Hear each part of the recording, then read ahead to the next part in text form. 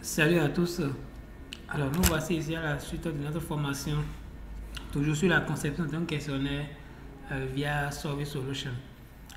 Donc, pour la séance d'aujourd'hui, nous allons voir un peu, toujours avec les conditions d'activation. Comme je l'ai dit, Survey Solution en a assez, les conditions d'activation. Donc, c'est un peu différent avec les conditions d'activation de Kobo Collect, de CS Pro, ainsi de suite. Donc, il y en a assez pour Survey Solution. Je crois que nous sommes déjà faire la fin comme ça pour les conditions d'activation. Il y a également les conditions de validation. Tu vois, donc ça c'est les conditions d'activation. Et nous sommes déjà presque à la fin de ça. Alors, donc nous allons poursuivre aujourd'hui avec autre type de conditions d'activation. Alors, bien avant ça, abonnez-vous, likez, commentez et également vous pouvez partager également avec votre entourage. Merci beaucoup. Donc, nous allons continuer. Et là, comme je l'ai dit, il y a un support que j'ai conçu pour ça. Et le support, si vous le voyez bien, vous pouvez laisser un message dans un commentaire pour que je puisse voir. Et là, on va rentrer en contact. Parce que le support n'est pas. Le support a un coût. Pour voir le support, il faudra payer. Le support a un coût. C'est un support très bien détaillé que vous pouvez garder même à n'importe quelle date. Même si vous oubliez quelques parties de la formation, il suffit de prendre le document et voilà, ça passe. Donc voilà ici les conditions d'activation. On a les expressions de lien. Donc là, les opérateurs ici et la signification comme d'habitude. Nous avons l'opérateur any qu'on va mettre dans la condition d'activation qui vérifie si la condition est vraie pour l'une des lignes du roster. Et il y a également count qui renvoie le nombre de fois où la condition est vraie dans le roster. Alors donc pour mettre ça, vous allez dans la condition d'activation, on a non roster. C'est-à-dire vous mettez le nom du roster ici, point opérateur. Je suppose que c'est R1 le roster, avec R1 point any. L'opérateur c'est any, R1 point any. En parenthèse, ins égale supérieur à ins, point, condition variable. Ouais, donc nous allons voir ça, ne vous inquiétez pas. Et ici, ça là c'est un code, c'est comme ça il faut l'écrire. Ins égale supérieur à ins point. Pour le ins, vous pouvez mettre y égale supérieur y ou bien z égale supérieur à z. C'est une variable. Vous pouvez mettre, bon, pas seulement, souvent les a, bon, ça peut pas marcher, mais quand même vous pouvez mettre ins, y, z, ainsi de suite. Donc nous allons aller rapidement sur notre plateforme pour voir un peu comment cela marche. Alors ici, nous venons ici. Vous voyez ici, nous sommes dans notre roster. Ici, on demande. Nous sommes au niveau de notre roster. Ici, c'est animaux élevés. Donc, déjà, pour ceux qui n'ont pas le formulaire de digitalisation, le lien du formulaire est dans la description. Donc, vous pouvez aller le télécharger pour pouvoir pratiquer. Et il y a également le lien du groupe WhatsApp où j'envoie le lien de toutes les vidéos que je réalise et que je continue pas à envoyer. Donc si je fais les vidéos, avant que les vidéos n'aillent sur YouTube, j'envoie les liens dans le groupe et les gens vont rapidement pour regarder et en même temps se faire former. Donc si vous avez besoin d'intégrer le groupe, le lien est dans la description également. Vous pouvez cliquer et intégrer. Donc ici, on demande ici F1. Quels sont les animaux que vous élevez dans le ménage? J'ai oublié le vous. Voilà, que vous élevez dans le ménage. Que vous élevez dans le ménage.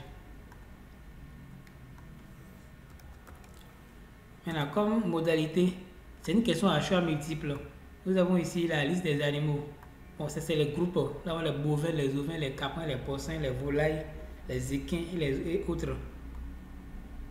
Maintenant, on a ici le roster qui est animaux élevés. C'est que nous voulons poser des questions spécifiques sur chaque type d'animal. Par exemple, si vous cochez bovin, il y aura des questions sur bovin. Comme par exemple F2 qui demande combien de bovins possède le ménage. Le ménage a-t-il vendu de bovins dans les 6 derniers mois? Combien de bovins ont été vendus dans les 6 derniers mois?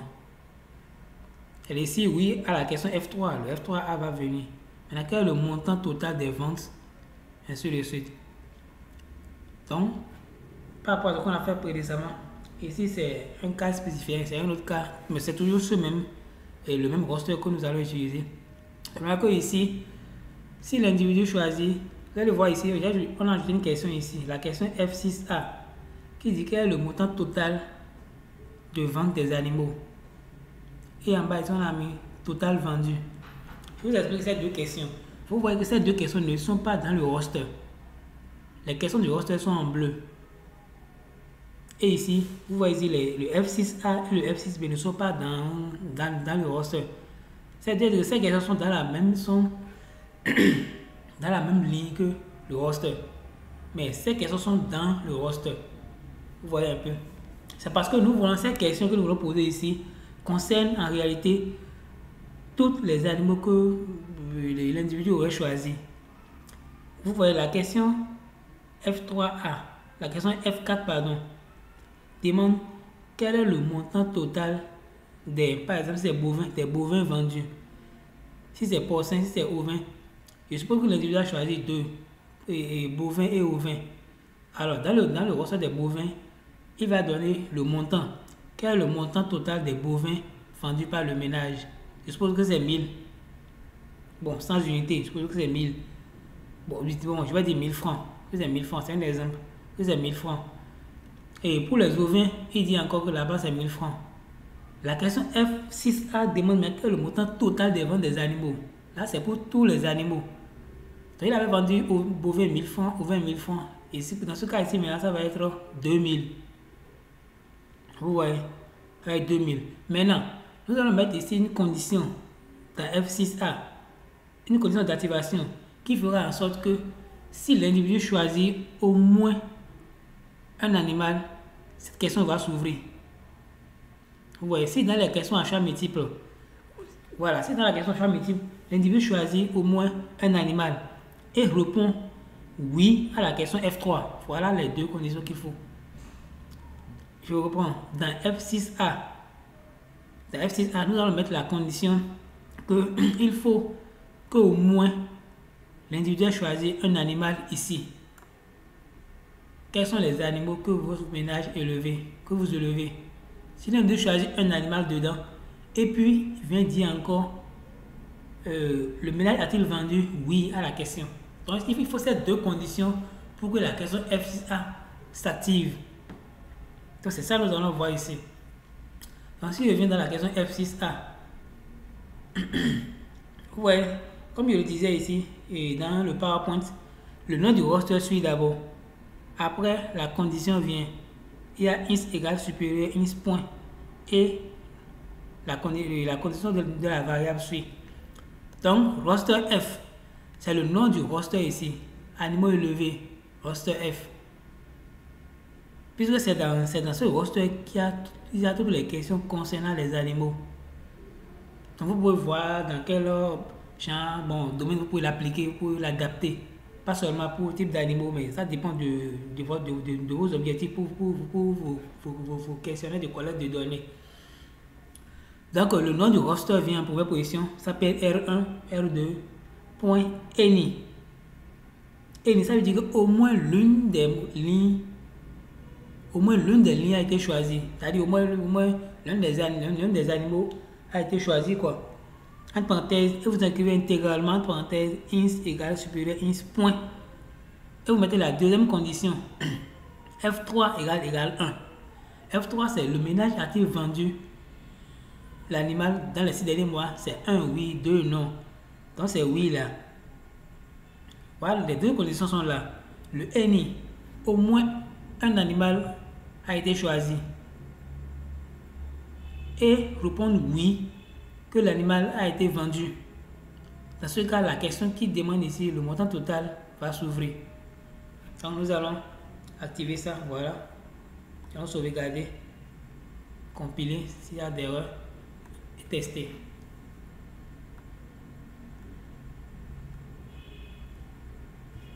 Voilà, on va dans F6. On demande quels sont les animaux que vous élevez dans le ménage. Je prends un bovin.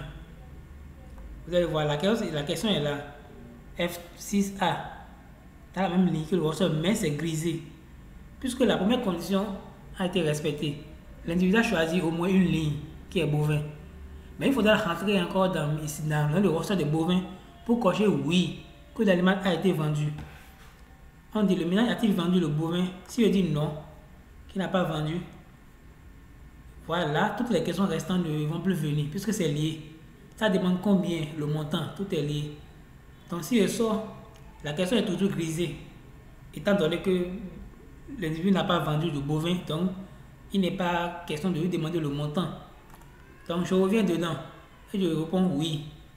Ouais, les autres questions qui sont dedans s'activent automatiquement. Maintenant, si je sors, ouais, la question est déjà activée. Quel est le montant total des ventes des animaux? Si on avait choisi encore un deuxième, là, automatiquement c'est là, puisque on a dit au moins l'une des lignes. Donc ceci a été choisi et a été vendu. Même si ici l'individu a dit qu'il n'a pas vendu, bah on s'en fout. Tu vois où il y a déjà un qui a été vendu. À ce niveau, on va prendre le montant total ici. Voilà, donc nous avons fini avec la partie any. Nous allons prendre maintenant la dernière partie qui est la partie count, qui est ici. Count renvoie le nombre de fois où la condition est vraie dans le roster. Donc si nous venons ici, on dit pour l'opérateur count, il faut spécifier à la fin du code. Voici dessus le nombre de lignes dans lesquelles vous souhaitez que la condition soit respectée. Si le nombre de count est 1 ou plus, alors il devient any. Donc, soit on fait R1 count, on met la condition ici supérieure à 0, ou bien c'est égal à 1. Je vous explique ça dans le formulaire. Nous venons ici. On avait dit ici que le any, c'est au moins l'une des lignes, l'une des animaux a été choisie. Mais là, pour le count, on vous donne le libre choix là. Vous pouvez peut-être dire, bon, pour moi, il faut que l'individu choisisse 3. C'est que, bon, disons, en fait, là, vous avez le libre choix, quoi, de dire que l'individu peut choisir 3, l'individu peut choisir moins de 3, l'individu peut choisir plus de 3, avant que la question ne s'active. Donc, c'est ça qu'il y a mis ici, le F6B, total vendu. Total vendu. C'est ça qu'il y a mis ici, total vendu. Donc là, il faudra, on va mettre comme condition ici, pour un exemple, où est-ce qu'il y a mis ici? C'est la même chose, vous écrivez roster, point. Bon, je peux que si c'était any, tout est là. Donc ceci n'était pas encore la supérieure à 2. Donc vous voyez, si je fais comme ça, le any. Donc c'est l'autre condition qui est répétée ici exactement. Mais le count, on peut enlever le any qui est là. Et on ajoute count. On va dire ici, disons, supérieur à 2. Supérieur à 2. Ça veut dire que, avant que cette condition ne s'active, il faut que l'individu choisisse au minimum 2. Et au minimum 3. On a dit que ça doit être supérieur à 2. Donc au minimum 3. Donc nous allons valider, compiler. Et voilà, il n'y a pas d'erreur. Ça va tester, voir. On a dit au minimum 3. Donc on vient dans F3. Je prends bovin, ovin, caprin. Et puis 3, les deux ne s'activent pas d'abord. Je viens ici. Je mets oui. Je sors. Vous voyez, le premier est déjà activé. Puisque le premier, on a dit au moins une. Donc, du moment où on a dit oui dans 1, lui s'active. Mais l'autre, on a dit dans au moins 3, dans plus de 3, supérieur à 3, plus de 3. On va encore dans le second. On met oui. On sort. Toujours c'est grisé. On va dans le troisième. On met oui. Et on sort. Vous voyez, maintenant c'est activé. Vous voyez, donc ça veut dire que là, on peut définir le nombre de fois qu'on veut. On a mis 2 ici. Ça veut dire que jusqu'à 3. Donc si c'était 2, on avait mis, automatiquement il n'allait pas venir. Par exemple, maintenant on va enlever 1. Nous allons décocher Caprin. Confirmer. Et c'est 2. Vous voyez, c'est grisé encore. Puisque c'est strictement supérieur à 2. Donc il faudra impérativement choisir plus de 2. Donc là, ça vous donne le libre choix de choisir comme vous voulez. Vous pouvez mettre maintenant au moins 2 ou plus 2. Supérieur ou égal à 2. En tout cas, les symboles, vous pouvez les différencier. Supérieur ou égal, inférieur ou égal. Mais la condition reste la même. Alors donc nous voici à la fin de la formation aussi pour partir conditions d'activation. Je crois que désormais, nous allons continuer avec les conditions de validation. Donc nous sommes à la fin ici des conditions d'activation. Tout ce qu'il y a comme conditions d'activation dans Solve Solution, nous venons de parcourir tout. Alors essayez de faire des différents types de questions, des différentes simulations, mettre des différents types d'activation et essayer plusieurs fois pour voir. Alors voilà, nous avons fini. Donc n'oubliez pas de vous abonner, de liker, de partager. Merci.